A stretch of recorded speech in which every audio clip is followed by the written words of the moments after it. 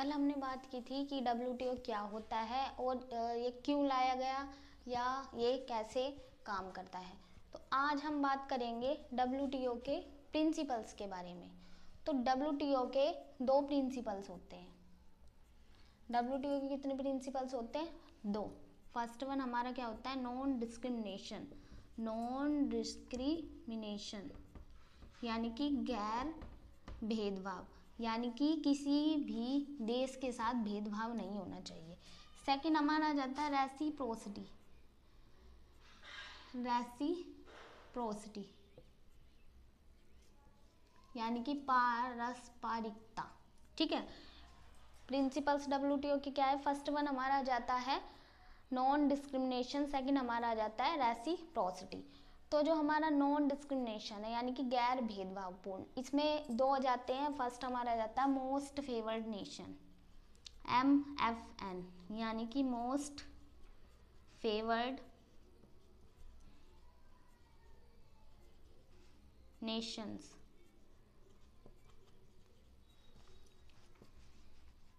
और इसमें second one हमारा कौन सा आ जाता है? National treatment policy. नेशनल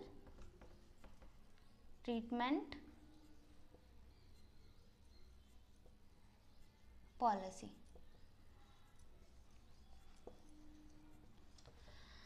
जो हमारा MFN है यानी कि मोस्ट फेवर्ड नेशंस, ये क्या कहता है? ये कहता है कि अगर हमने किसी एक देश के लिए कोई पॉलिसी बना दी, कोई नीति बना दी, ठीक है, यानी कि अगर हमने किसी एक देश के लिए कोई भी टैरिफ या टैरिफ बैरियर हटा दिया, तो हमें किसी दूसरे देश के साथ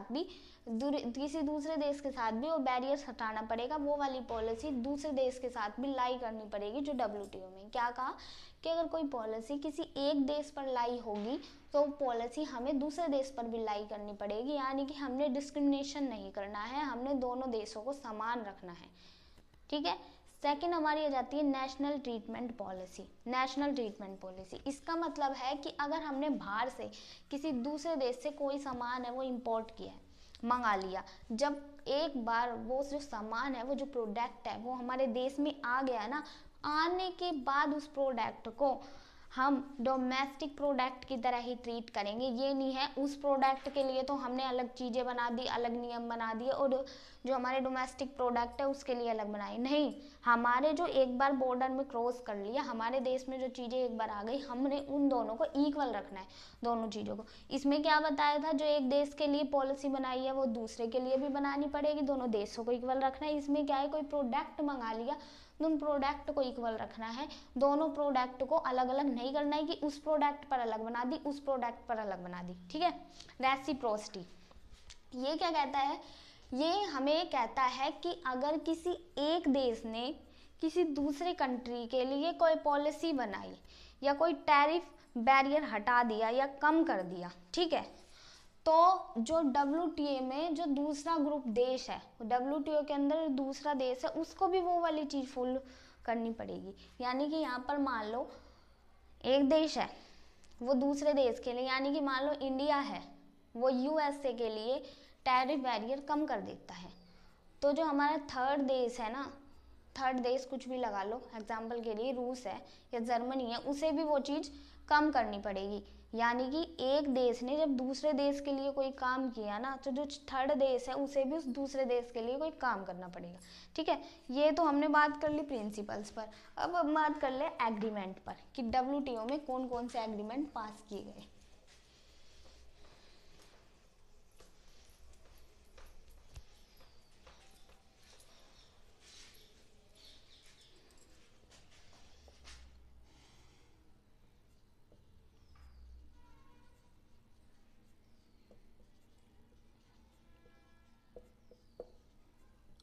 WTO में कौन कौन से एग्रीमेंट्स पास किए गए थे?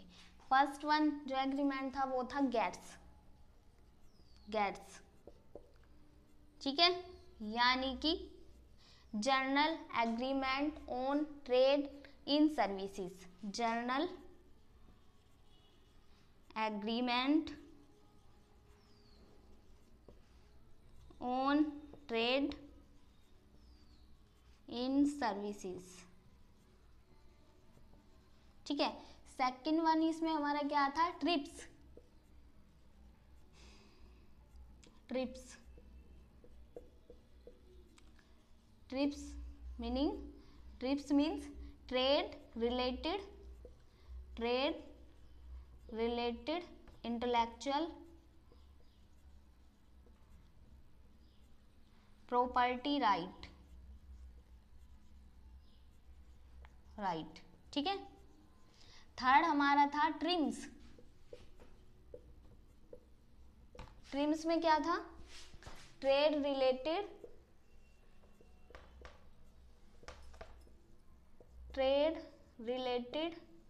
Investment measurement right.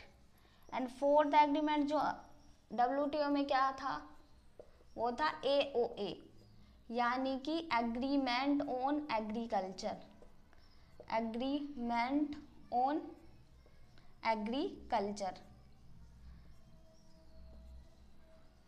तो जो हमारा फर्स्ट वन था ये क्या था, गैट्स, यानी कि journal agreement on trade in services. इसमें किसके बारे में बात की गई, इसमें सर्विसेज के ट्रेड के बारे में बात की गई, यानी कि सर्विसेज है हम कैसे कैसे प्रोवाइड कर सकते हैं। अगर किसी दूसरे देश को हमें सर्विसेज प्रोवाइड करनी है तो वो हम कैसे कैसे कर सकते हैं। तो इसमें 4 मोड बताए।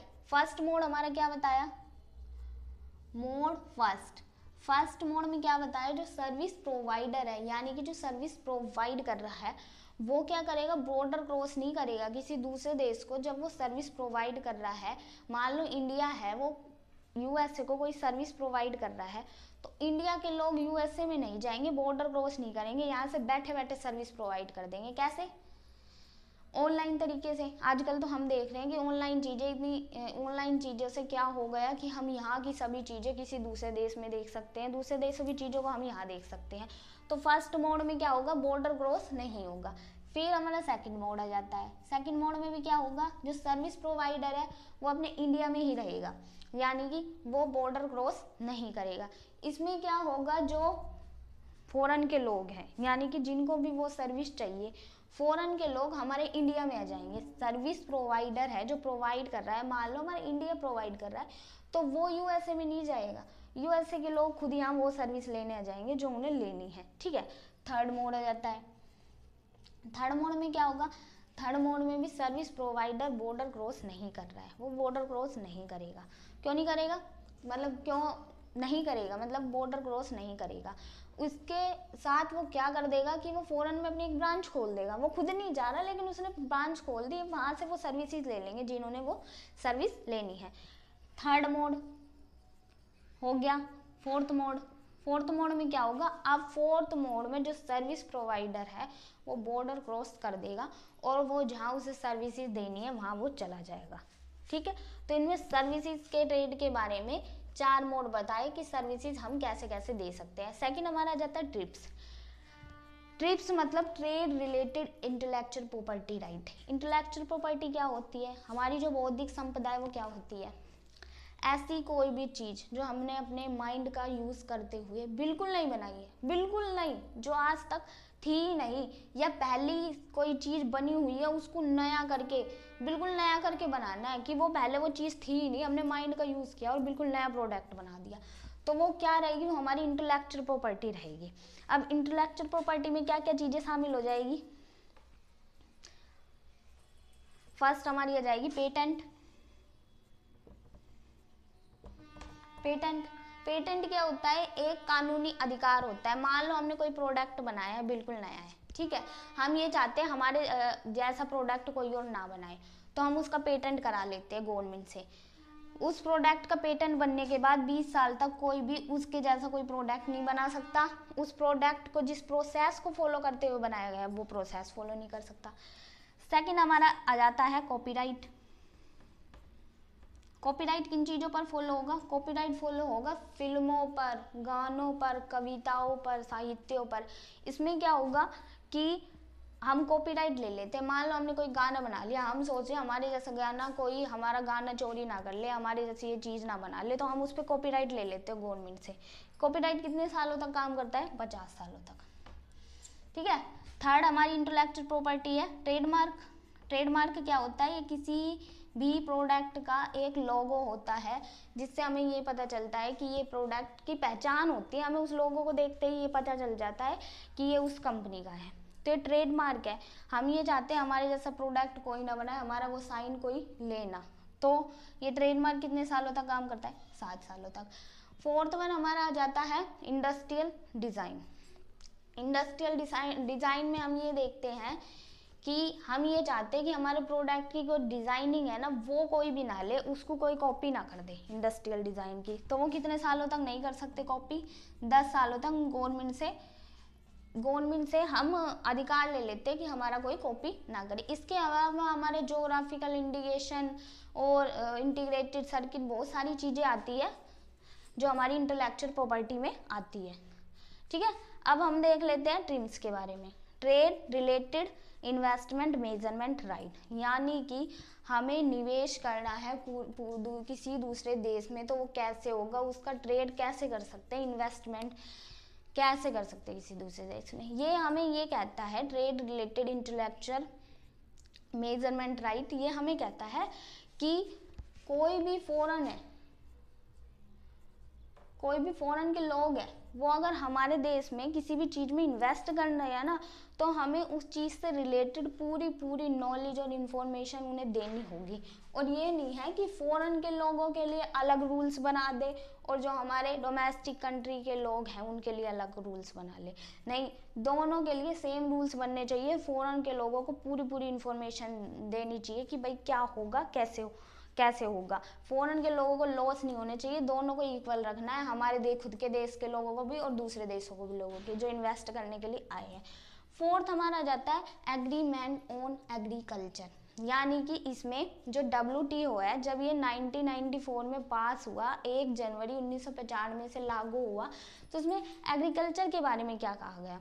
तो एग्रीकल्चर के बारे में हम डिटेल से कल पढ़ेंगे, इसके बारे में हम कल बात करेंगे।